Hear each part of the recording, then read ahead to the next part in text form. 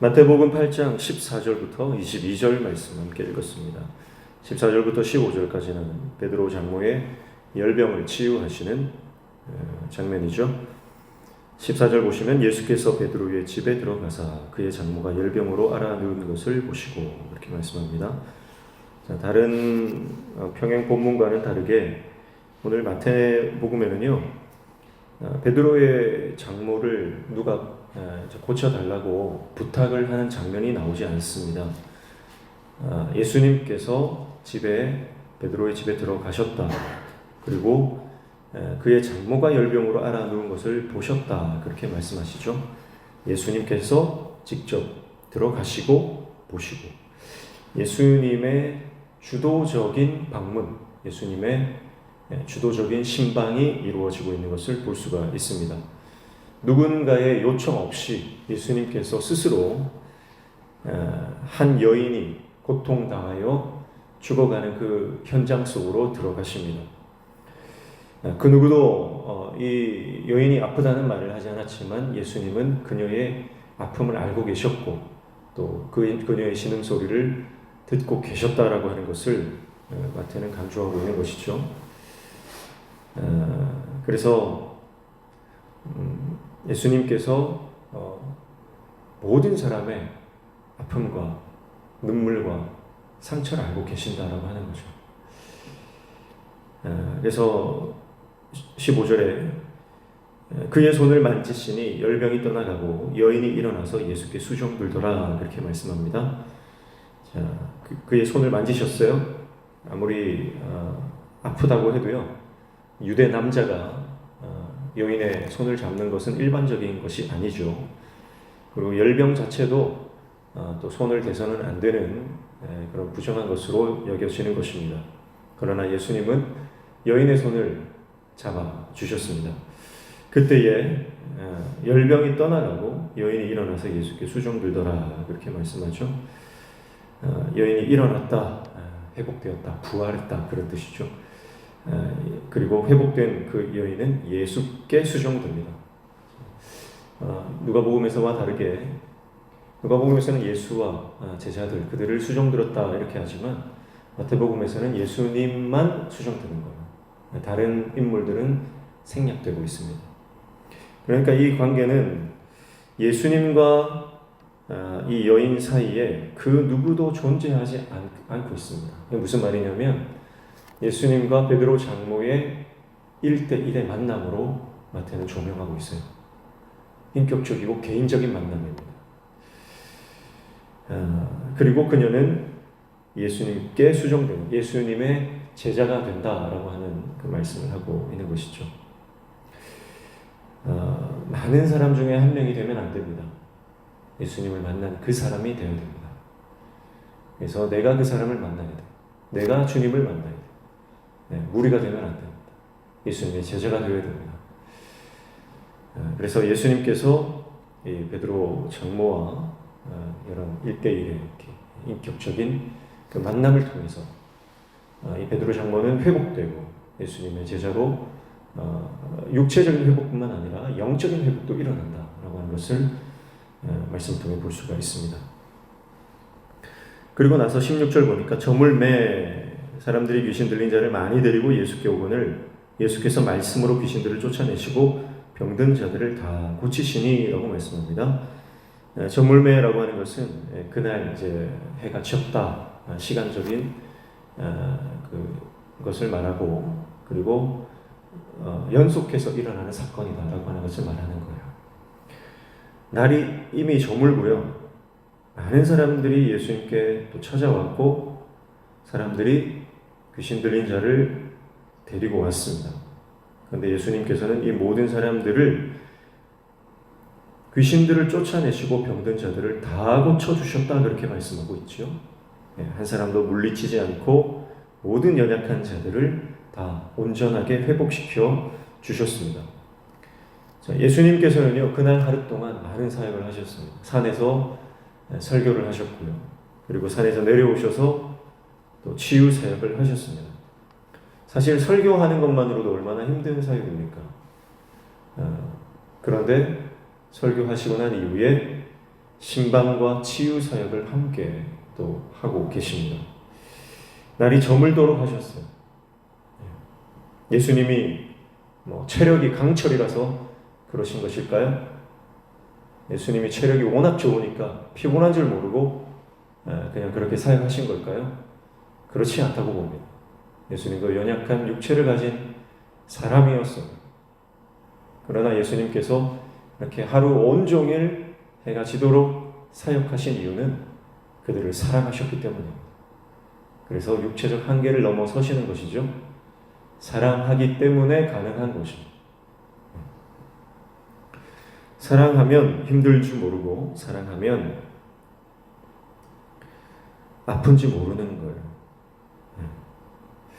그래서 17절에 마태는 이사야의 말씀을 인용하면서 예수님의 사역을 이렇게 소개하죠. 이는 선지자 이사야를 통하여 하신 말씀에 우리의 연약한 것을 친히 담당하시고 병을 짊어지셨도다 함을 이루려 하심이더라. 그렇게 말씀합니다. 자, 말씀이 성취된 것인데 예수님께서 많은 사람들의 병을 고쳐주시고 귀신을 쫓아내신 것, 그것은 단순한 병 고침이 아니다.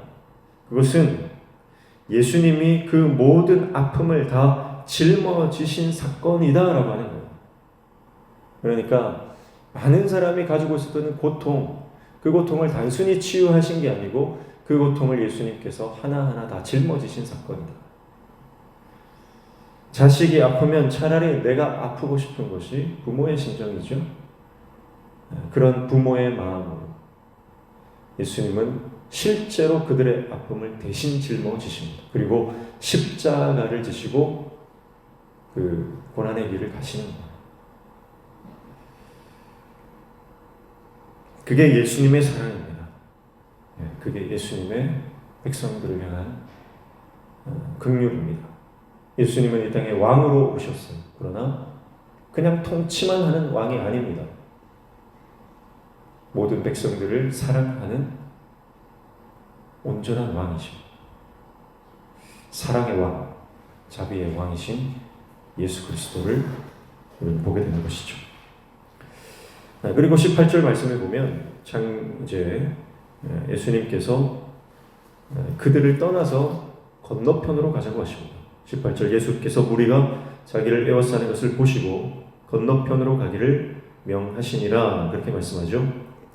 사람이 너무 많아서 예수님께서 건너가자 하신 것처럼 보여지지만 그렇지 않습니다. 건너편으로 가고자 하는 이유는 바로 다음 장면에 보면 알 수가 있는데요. 28절부터 34절까지 보면 거라사 지방에 있는 광인을 만나게 됩니다. 이들을 고치기 위해서 거라사 광인 이 두 사람을 고치기 위해서 예수님께서는 바다 건너편으로 가고자 하신 것이죠. 많은 사람이 있었지만 그 많은 사람을 잠시 놓아두고 예수님께서는 지금 당장 예수님의 치유가 필요한, 예수님의 터치가 필요한 그 사람을 만나러 바다를 건너 가고자 하셨던 것입니다. 그 사람을 살리기 위해서 풍랑을 헤치고 가시고 그 사람 만나기 위해서 많은 사람들을 잠시 놓아두고 가시는 여정입니다. 어쩌면 지금 많은 사람들이 몰려들고 있는 이 자리는요, 영광의 자리입니다. 인기의 자리입니다. 사역이 성공적으로 일어나고 있는 자리입니다. 그런데 예수님은 그 자리를 떠나십니다. 그리고 잃어버린 한 영혼을 찾아 가시죠. 바다 건너편으로 가셨다가 그 거라사 광인만, 그 두 사람만 만나고 다른 사역은 하지 않으셨어요. 그리고 다시 돌아오시거든요. 효율성이 아니고요, 경제 논리가 아니라는 것을 알 수가 있습니다. 99마리의 양을 놓아두고 한 마리 양을 찾아 나서시는 목자의 모습인 것이죠.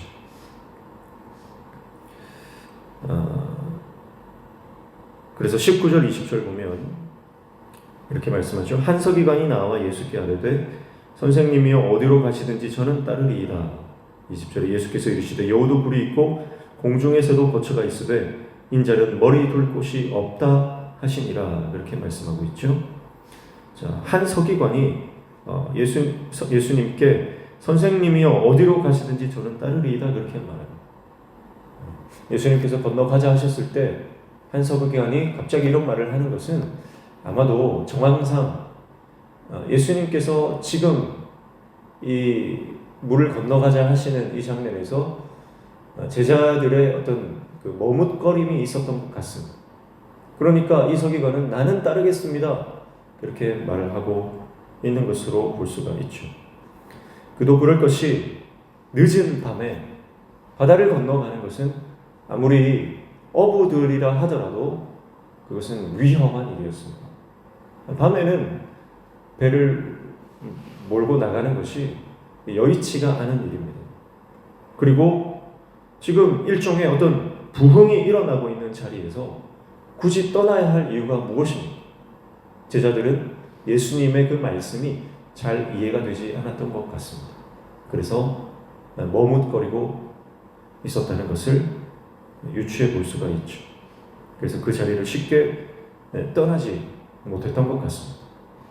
그런 상황 가운데서 예수님은 뭐라고 말씀하십니까? 인자는 머리 둘 곳도 없다. 그렇게 말씀하시죠. 자신의 안위를 배제한 채 영혼을 살리시는 예수님 사역의 본질이 예수님의 이 말씀을 통해 드러납니다.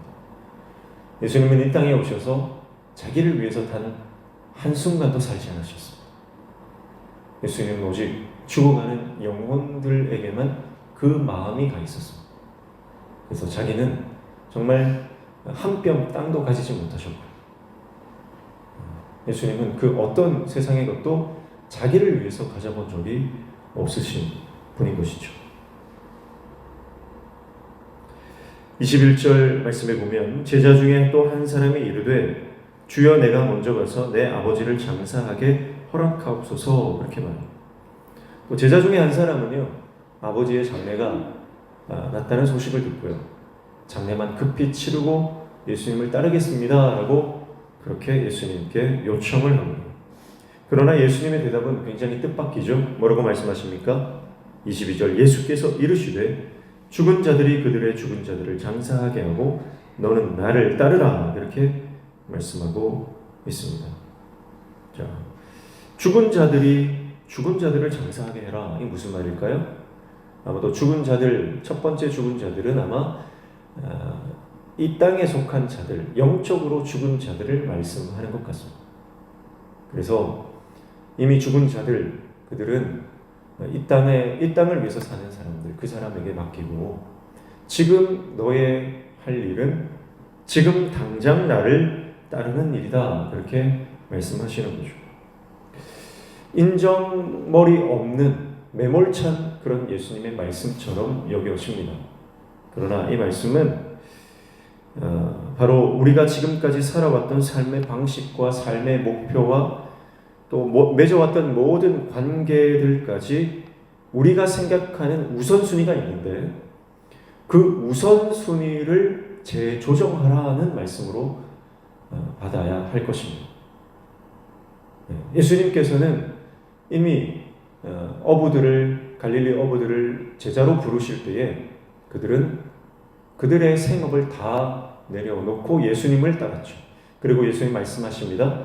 너희들은 이제 고기를 낚는 어부가 아니라 물고기를 낚는 어부가 아니라 사람을 낚는 어부가 되어야 할 것이다 라고 말씀했죠.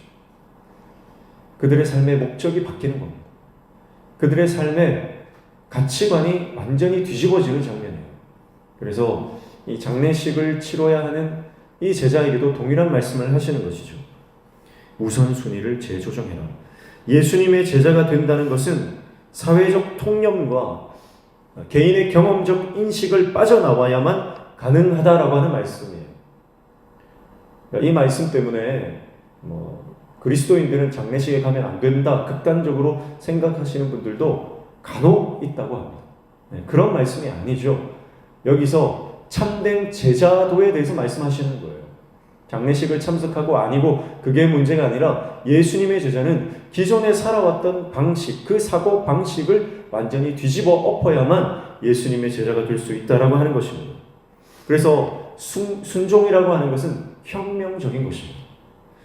순종이라고 하는 것은 내 삶에 가치 전복이 일어나는 영적인 대사건이라고 하는 거죠.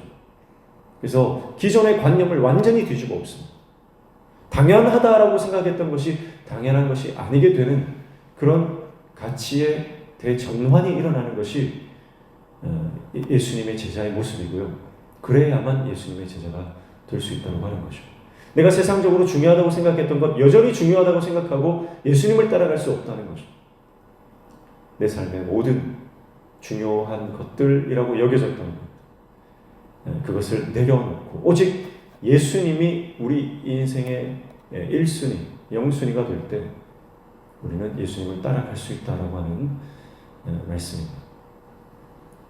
그렇게 예수님은 이제 그 사역을 일단락 하시고 예수님은 제자들을 데리고 바다를 건너가십니다. 사랑하는 성도 여러분, 오늘 우리의 삶이 예수님과 동행하는 삶이 되기를 축복합니다. 그리고 온전히 예수님을 따르는 제자가 되기를 축복합니다.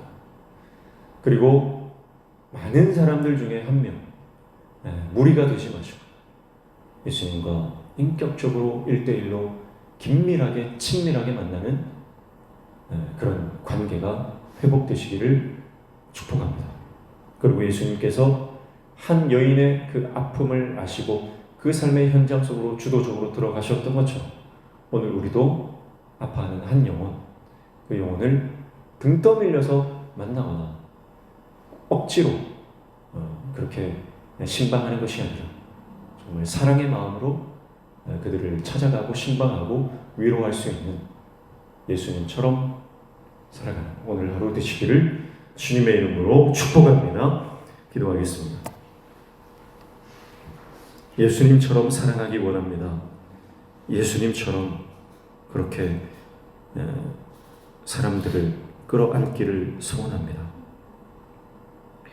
예수님을 따라가는 것 쉬운 일이 아니지만 예수님이 우리 삶의 최우선순위가 될 때에 어떠한 상황에서도 주님을 끝까지 붙조차 따를 수 있는 줄 믿사오니 우리의 생각에 새로운 은혜를 허락하여 주시고 우리의 삶에 새로운 전환이 일어날 수 있도록 우리를 새로운 은혜로 날마다 채워 주시옵소서. 오늘도 주님 앞에 나와 간구하며 기도할 때 응답하시며 우리 삶에 막혀진 문제들이 열려지는 형통의 은혜를 허락하여 주시옵소서. 예수님의 이름으로 기도하옵나이다. 아멘.